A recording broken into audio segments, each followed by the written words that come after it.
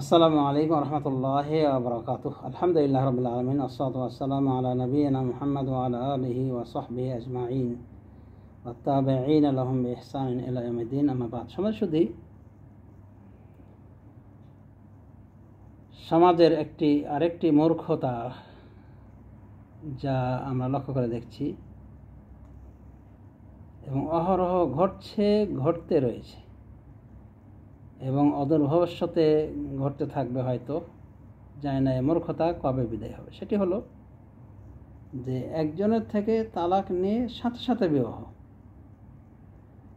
আর বিশেষ করে স্বামী হয়তো প্রবাসে আছে বা স্বামীকে তার পছন্দ হয়নি, খালাস, ওই স্ত্রী কোর্টে গিয়ে ওর স্বামীকে ডিভোর্স দিয়ে দিচ্ছে। ডিভোর্স সে নিজেই খায়, কিন্তু এটা মনে করে স্বামীকে ডিভোর্স দেওয়া হলো। স্বামী বেচারি তো আফসোস করে যে হ্যাঁ চলে গেল আমার স্ত্রী। তো যা হোক, এরপরে যেটা আরও আজব সেটা হলো যে স্বামীর বিবাহ বিচ্ছেদ যদি ঘটে, যেটা খোলা তালাক বলা হয়, এরপরও কিন্তু একটা ইদ্যত রয়েছে। কিছু কিছু ওলামায়ে কেরাম মনে করেন যে এক ঋতু পর্যন্ত অবস্থান করার পরে অন্য জায়গায় বিয়ে বসতে পারবে ওই মহিলা, তবে গ্রহণযোগ্য কারণেই বিবাহ বিচ্ছেদ হতে হবে।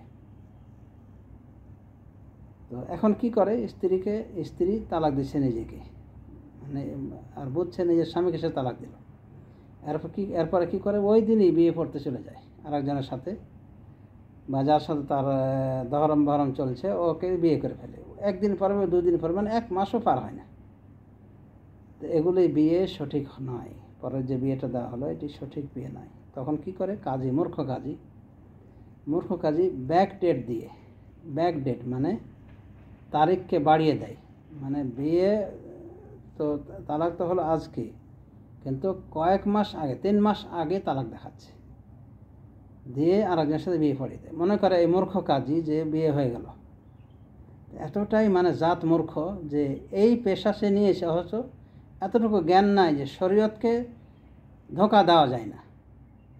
কারণ শরীয়তের প্রবর্তক হলেন মহান আল্লাহ কি জানে না যে তার এগুলো খেলতামশা। তো অনেক সময় ব্যাক ডেট দিয়ে বিয়ে পড়ায় আরেকজনের সাথে। তো যতই ব্যাক ডেট দিয়ে বিয়ে পড়ায়, এই বিয়ে হয় না, এগুলো বাতিল বিয়ে। সুতরাং পরবর্তী যে স্বামী সে গ্রহণ করলো, এটা স্বামী নয়, ওই পরকীয়াই রয়ে গেল। আর এ মূর্খ কাজে যে বৈধতা দিল, মূর্খের মূর্খামির কারণে এটা সামাজিক স্বীকৃতি পেয়েছে। তাছাড়া এই বিবাহ স্বীকৃত নয়। আর ওলি ছাড়া তো বিবাহই হয় না। ধরে নিলাম হানাফি মাযহাবে ওলি ছাড়াই বিবাহ হয়, তাদের একটা মাযহাব এরকমই আছে যে ওলি লাগে না।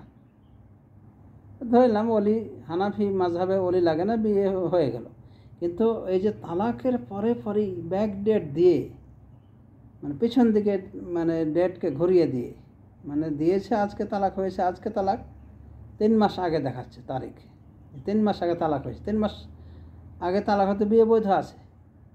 যেমন অধিকাংশ ওলামায়ে কেরাম বলছেন যে নারীর পক্ষ থেকে যদি ওই ডিভোর্স নেওয়া হয়ে থাকে, যেটা খোলা তালাক বলে, তারও মেয়াদ অধিকাংশ ওলামায়ে কেরাম বলছেন যে 3 মাস বা 3 ঋতু, যাদের ঋতু আসে তারা ঋতু গণনা করবে, এরপরে অন্য জায়গায় বিয়ে বসতে পারবে। আর কিছু ওলামায়ে কেরাম বলছেন যে না, স্ত্রী যদি তালাক নিয়ে থাকে স্বামী থেকে, যেটাকে বিবাহ বিচ্ছেদ বলা হয় বা খোলা তালাক বলা হয়, বা যেটা বেশিরভাগ হয়ে থাকে দেশে, তাহলে অন্তত এক ঋতু বলছেন ইমাম আহমদ বিন হাম্বল সহ বেশ কিছু ওলামায়ে কেরামের নিকটে 1 ঋতু, এবং এটা দলিল সম্মত অভিমত। তো যা হোক, অধিকাংশ ওলামায়ে কেরামের মতে তালাকের পরে তালাকের ইদ্যত থাকে 1 ঋতু, 3 ঋতু বা 3 মাস।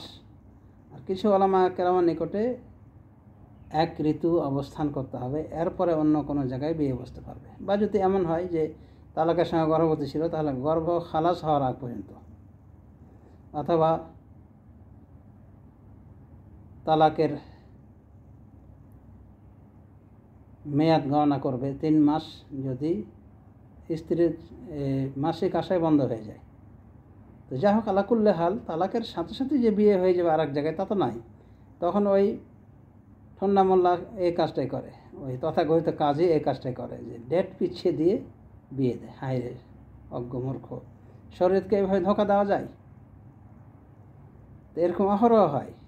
আমাদেরই ওই পুরাতন গ্রাম খামারে এরকম একটা বিবাহ হতে যাচ্ছিল, আমি যথাসাধ্য রুখে দাঁড়িয়েছিলাম, যার ফলে এটা করতে পারিনি। অবশ্য বুঝিয়েছিলাম মূর্খগুলিকে যে না, এটা চলে না। মেয়ের ভাই অভিভাবক ছিল, তাকে বুঝিয়েছি, এবং এরপরে বলছি যে এই বিয়ে আমি থাকতে হতে দেবো না, দেখি কীভাবে দাও। পরে বুঝিয়ে তাকে মানে ফেরাতে সক্ষম হয়েছিলাম। তো এরকম সমাজে অহরহ চলছে। মানে অলির তো কোনো বালাই নাই অলির অনুমোদনের, হানাফি মাযহাব অনুযায়ী।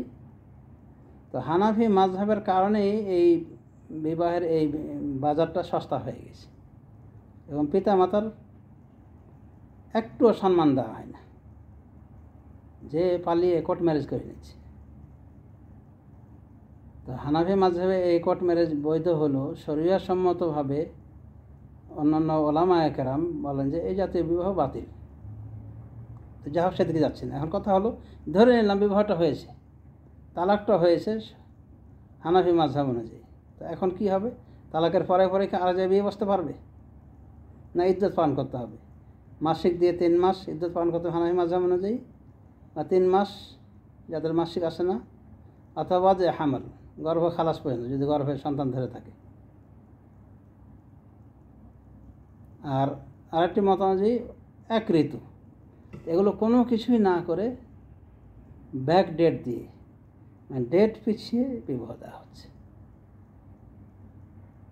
তো এগুলো মানে সর্বনাশা বিয়ে। এই বিয়েগুলো শরীয়ত সম্মতভাবে বাতিল, এবং কোনো ওলামায়ে কেরাম এই জাতীয় বিবাহকে বিবাহ মনে করবেন না, করে না সাধারণত। কিন্তু মূর্খ সমাজের মূর্খ কাজী এগুলোকে বিয়ের বৈধতায় বৈধ করে থাকে, বা বৈধ বলে দিয়ে থাকে, কাগজপত্রে ব্যাকডেট দিয়ে এটাকে বৈধ করার চেষ্টা করে। তো এগুলো শরীয়তের সাথে গাদ্দারি করার নামান্তর। আল্লাহ রাব্বুল আলামিন এই মূর্খগুলিকে হেদায়েত দান করুন, এবং ইসলামের